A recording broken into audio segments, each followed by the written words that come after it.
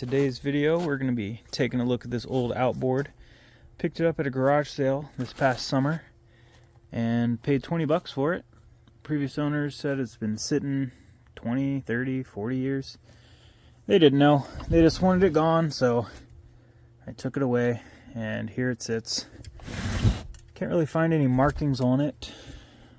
No number plates or anything, so we're going to pull in the shop, give it a closer inspection, and start tearing into it. And eventually, hopefully fire this thing up. Pretty light. Pretty well balanced at the handle here.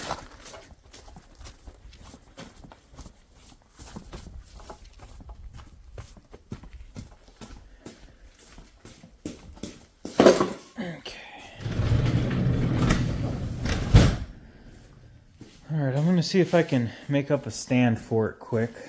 Got this vise here. Let's see. That should work.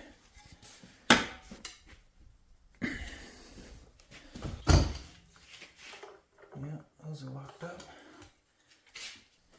Let's start looking at this thing, see if we can figure out what it is and when it was.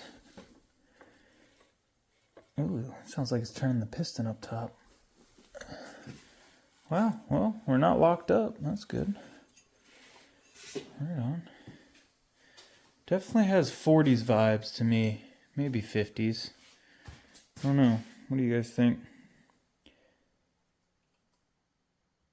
Well, that's not seized. Ooh. A little crusty. That's seized. What does that say? Lean. Turn it this way. It's the other way. Prime. Is that what that says? And then we've got our choke. Seized as well. Ooh, what is this? Looks like we've got some rivets here. Maybe this is our information plate. Yeah, let's scrub this down, see if we can make out any letters. Let's give it a little spray down. Here, let's get this out of you guys' way. There you go. I'm going to spray these with some penetrating oil. Just while we're here.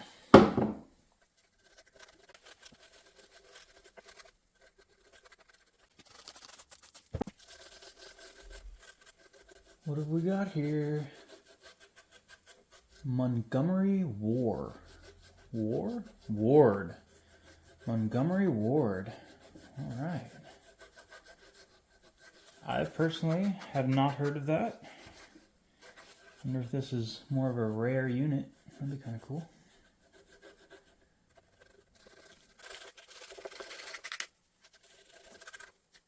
All right, let's see if we can read that. Let's move you guys a little closer. Alright, so the first thing I'm noticing here is that it's made in the USA. We always like to see that. And then 5 horse at 4,000 RPM. And then we just got our starting instructions up top. And then our oiling instructions down here. And it says you mix half pint of number 30 oil with each gallon of gas. So this doesn't even mix with 2-stroke oil. This is old school mixed with straight 30 weight motor oil. Kind of cool. And got our model number here. We're going to look that up later, determine what year it is, but for now, let's keep on digging. Let's take a look, see what we got in here. Give it the good old sniff check. Ooh, smells like fingernail polish. Not good. Get that soaking in. Not even tight.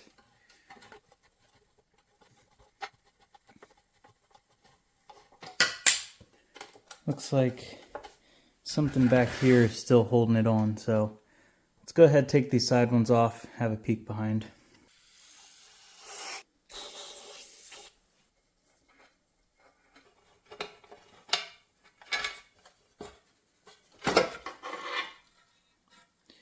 Oh, would you look at that?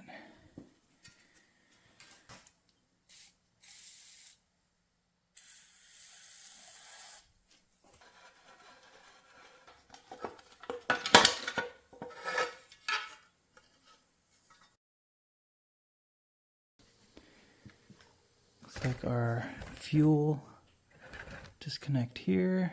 Man, everything is just loose on this thing. It's just hand tight. I don't understand.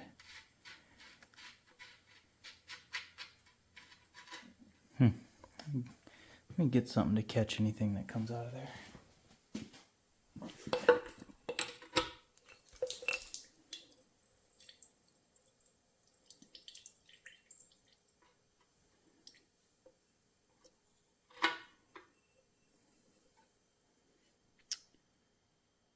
It just looks like straight water to me.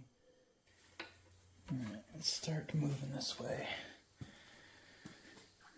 Ooh, that is one dirty carburetor. Wow. Oh, whoa. That freed up, I guess. Did it break?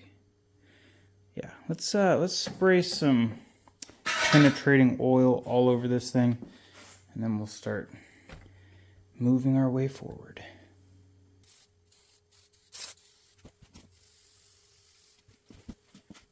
Let's see what's holding this gas tank on.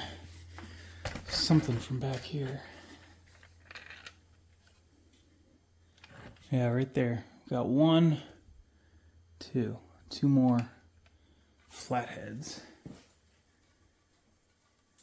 Oh no, the gasoline water is dripping on me. Slug that off for now. All right. Apparently there's more in here to catch. I thought we got it all. Maybe it's just plugged up.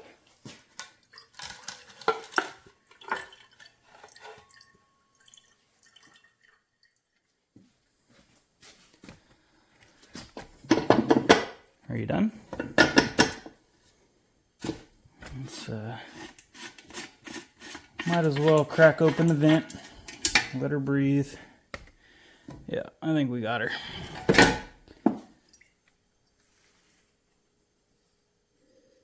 Yeah. Watery nail polish.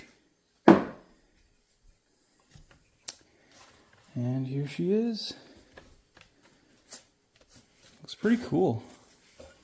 Tiny little guy. Cylinders are free. Okay, I'm just going to take some carb cleaner and spray this thing down a little bit.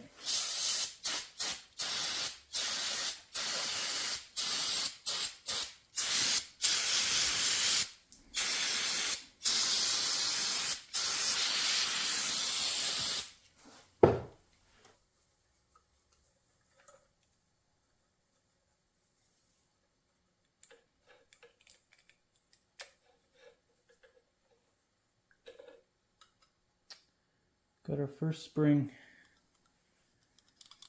Looks like that just helps keep tension on here. This looks like our drain on this side. I'll bring you guys around and we'll pop that drain, see what comes out of here.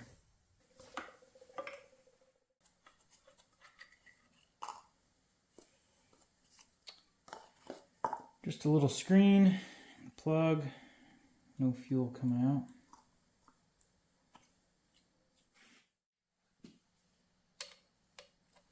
7/16.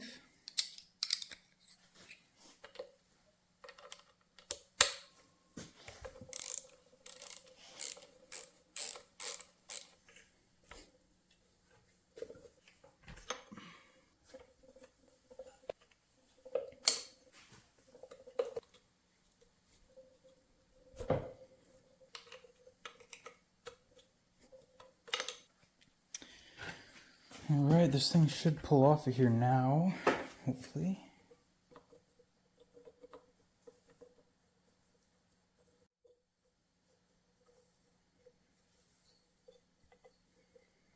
Okay. There we go. Looks like those are reed valves. Right on. This thing looks pretty good.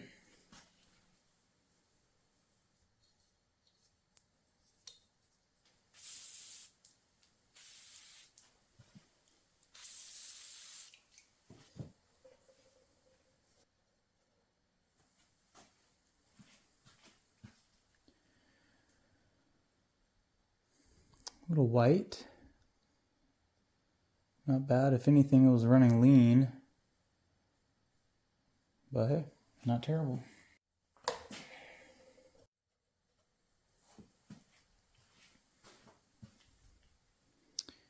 That one's more on the brown side, side-by-side comparison. It's either a new plug or something wasn't running right. Alright, so I was thinking before we check spark, there's no gear selector on this thing. So when you're running, that prop down there is moving. So I think I'm just going to pull this plug to make sure we have oil. I don't want to run this thing dry. So let's do that and then we'll check for spark. Oh, there we go.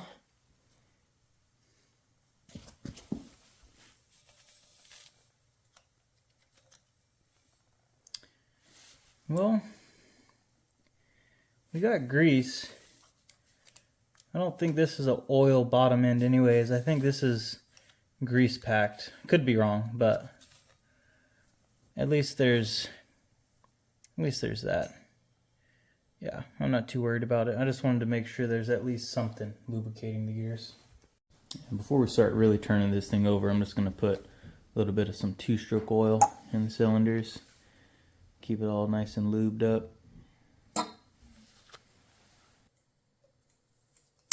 There we go. All right, I'm bring you guys in a little closer.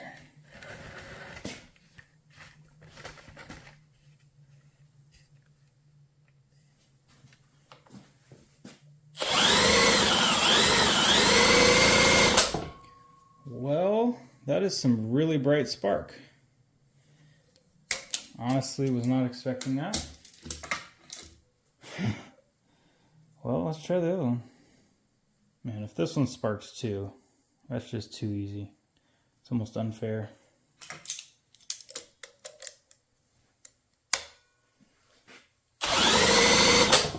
Yep, looks like I jinxed myself. Yeah, looks like that one might need some attention.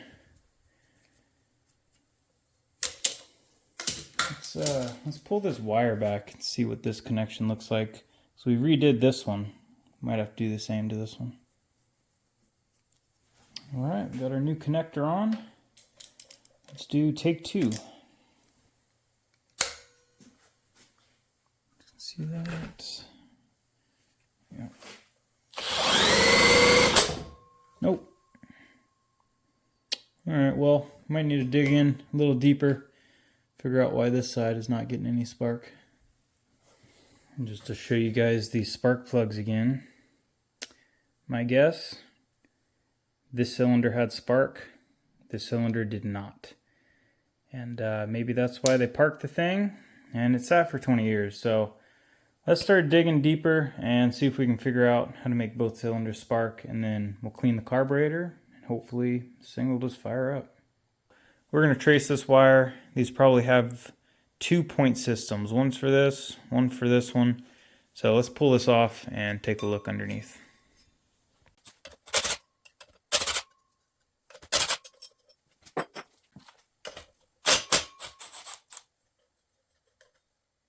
Yeah, sometimes if you just put some top pressure and then hit on this with a hammer, sometimes it does the trick. So let's just try that a little gently, see what happens.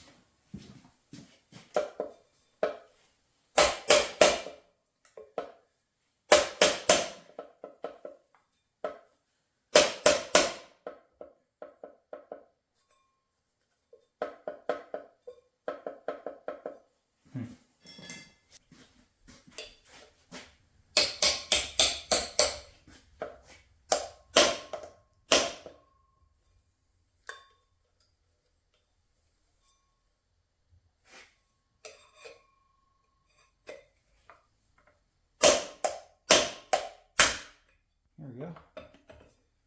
Looks like that worked. I lined it up where the keyway is right here and pulling up right on that keyway. Looks like it did the trick. So the points are right in there. I'm going to turn the motor over. You'll see them barely open. See that? Right there. Yeah, so we'll get a piece of sandpaper on the inside of both of those, kind of clean them out the best we can. Try it again, might be all it needs. If not, we'll take it down further and see what's happening.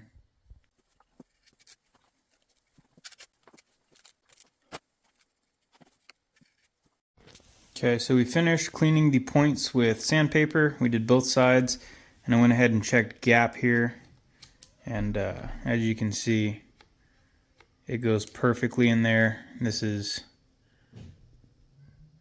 0.02 of an inch, and that's should be spec. So both sides are gapped properly. We didn't have to adjust that.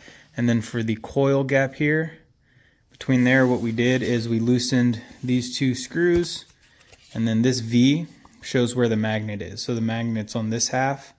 So we pointed this V directly at this coil, loosened these, and then put a business card in between right there. And then we tightened it up, pulled the business card out, and then we aimed this to this side, did the same thing. So we set our coil gap, our points gap, and now we're gonna put the flywheel back on and see if we regain spark.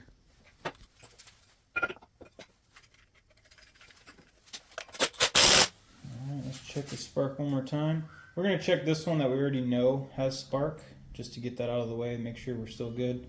Then we'll go ahead and check the other one. And I went ahead and looked up the model number. This thing is a 1949 Sea King. That's what they called them. So we're right in the ballpark. 1940s and 50s is what I thought. Let's go ahead. We'll clamp this here. All right. Moment of truth. Oh yeah, solid spark. All right, let's test the other one.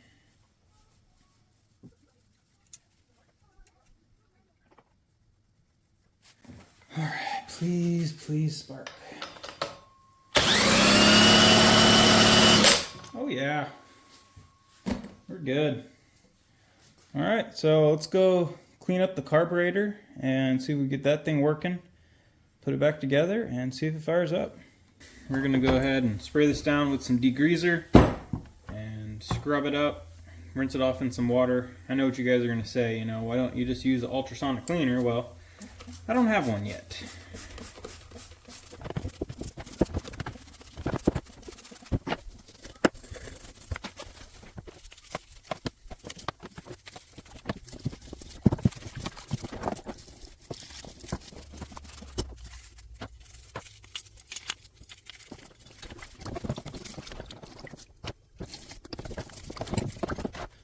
Alright, I think the outside's just about as clean as we're going to get it. So I'm going to get all this blasted out with some air, get it all dried off, and then we'll start tearing into it. Alright, let's start taking it apart. Go ahead and take the fuel line off first.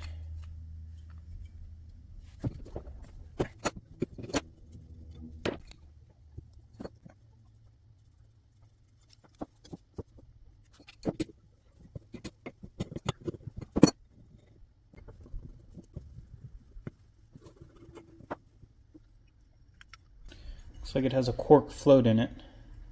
So when it's filled with gas, this pushes up, and then this lever we took off when you prime it, I guess pushes it down.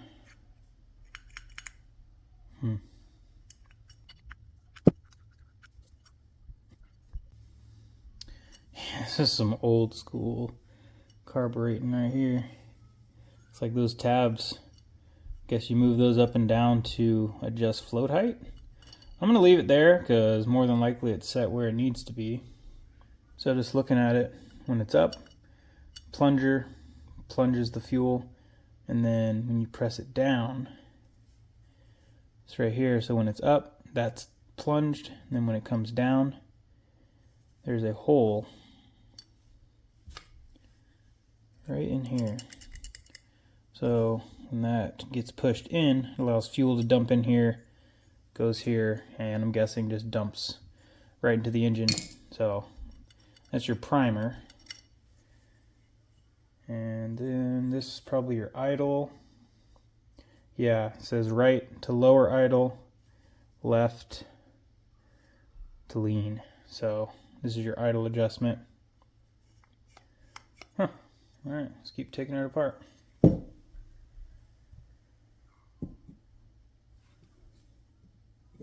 I thought this was a choke originally, but looking at it, this looks more like a fuel shutoff to me. I'm guessing that's open, allows fuel, and then when you want to close off the fuel, screw it in. Maybe.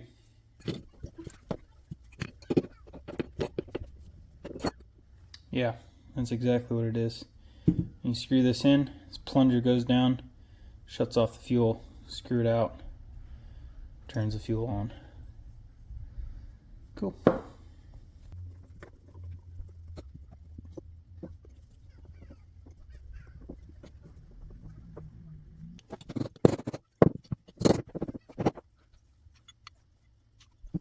It's hard to see, but in this groove here, there's a taper that goes down on this edge.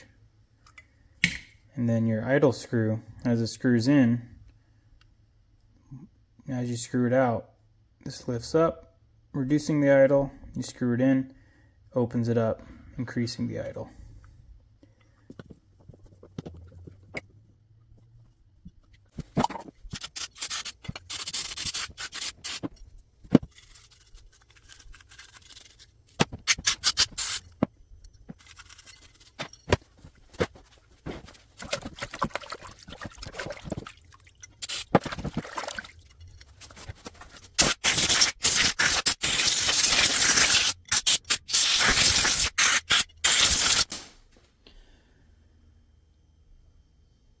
Okay, I think that's about as clean as we're going to get it.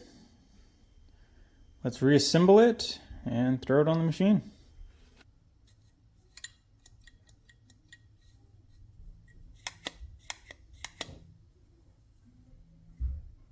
Okay, should be ready to put this thing back on. Okay, so the carburetor's on, ready to go. Let's show you guys how this throttle works. Pretty cool. There's no twist throttle, obviously. It all happens right here. Once you get it about right there, it starts engaging with this plate, and as you can tell, it opens the throttle right up. And then you fine tune it right here and just hold on. So now that that's on, all we got to do is get our gas tank on and put the plugs in, see if it'll fire up. You got the tank right over here. What's cool about this is aluminum, so I know we're not going to be dealing with any rust, but we are going to kind of swish it around in there and empty it out just to make sure we get rid of any debris. But yeah, aluminum tanks last a very long time.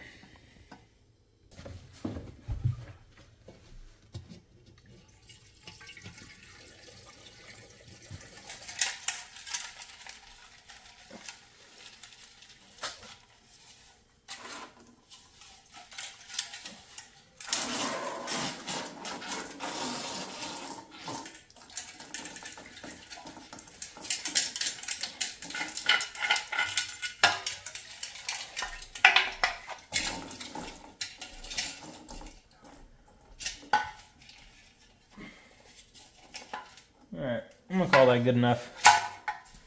There's a little screen in the bottom of that float bowl that will catch any small debris, so I'm not too worried about it.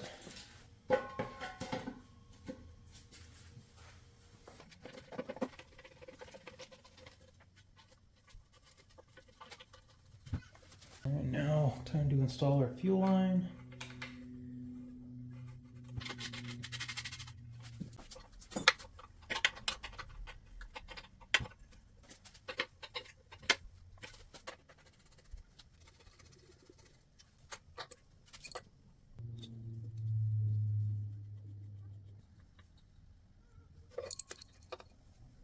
Okay, so according to the oiling instructions, it says half pint of 30 weight oil with 1 gallon of gas. So went ahead and got a gallon of gas, got our oil here.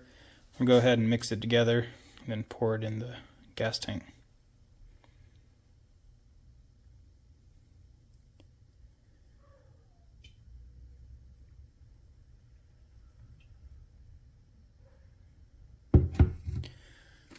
we're gonna give it a couple of stirs, let it sit, come back, stir it again, and should be good. All right, let's go ahead and top it off with our freshly mixed fuel.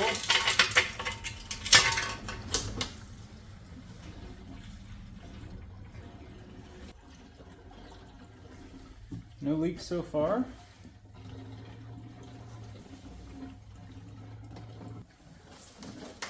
Should be good enough.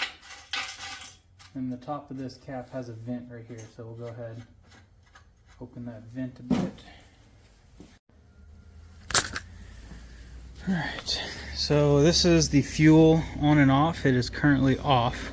So as I open it, as you guys seen when we were taking this apart, this has a float on it, a cork. So as this fills with fuel, we should see this up. So I'm going to turn this out, see if that little plunger comes up.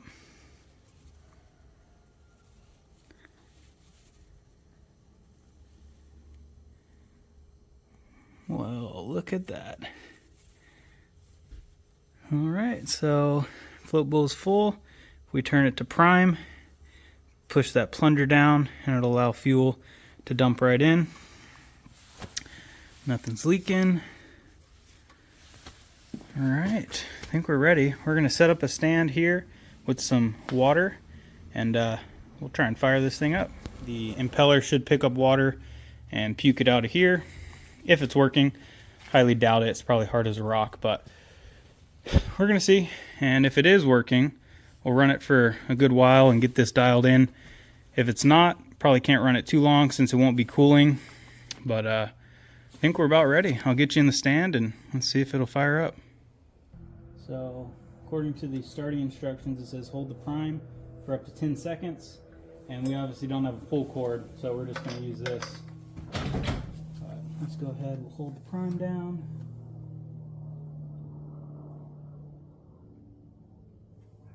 Let's put this in the starting position, which I think is right here. Let's give it a shot. Woo-hoo.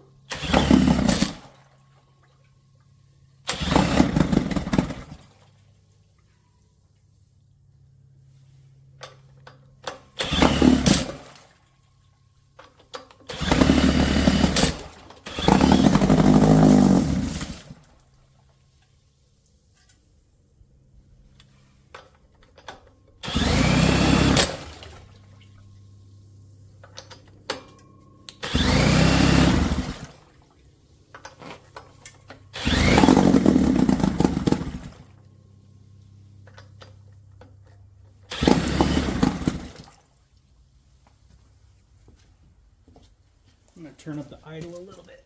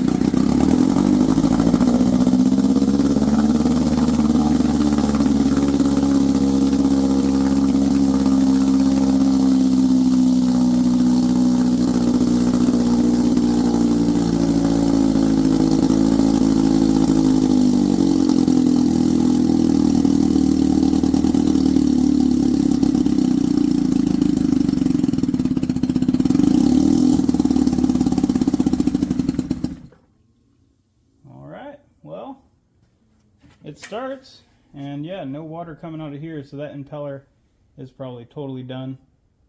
But at least we know we have a running motor now. And we'll order that impeller, get it to puke water, and then find a little canoe or something, take this on a lake. Should be a sweet little unit. Right on. Well, try firing it up one more time. See how easy it's going once it's a little bit warm. Probably a little throttle.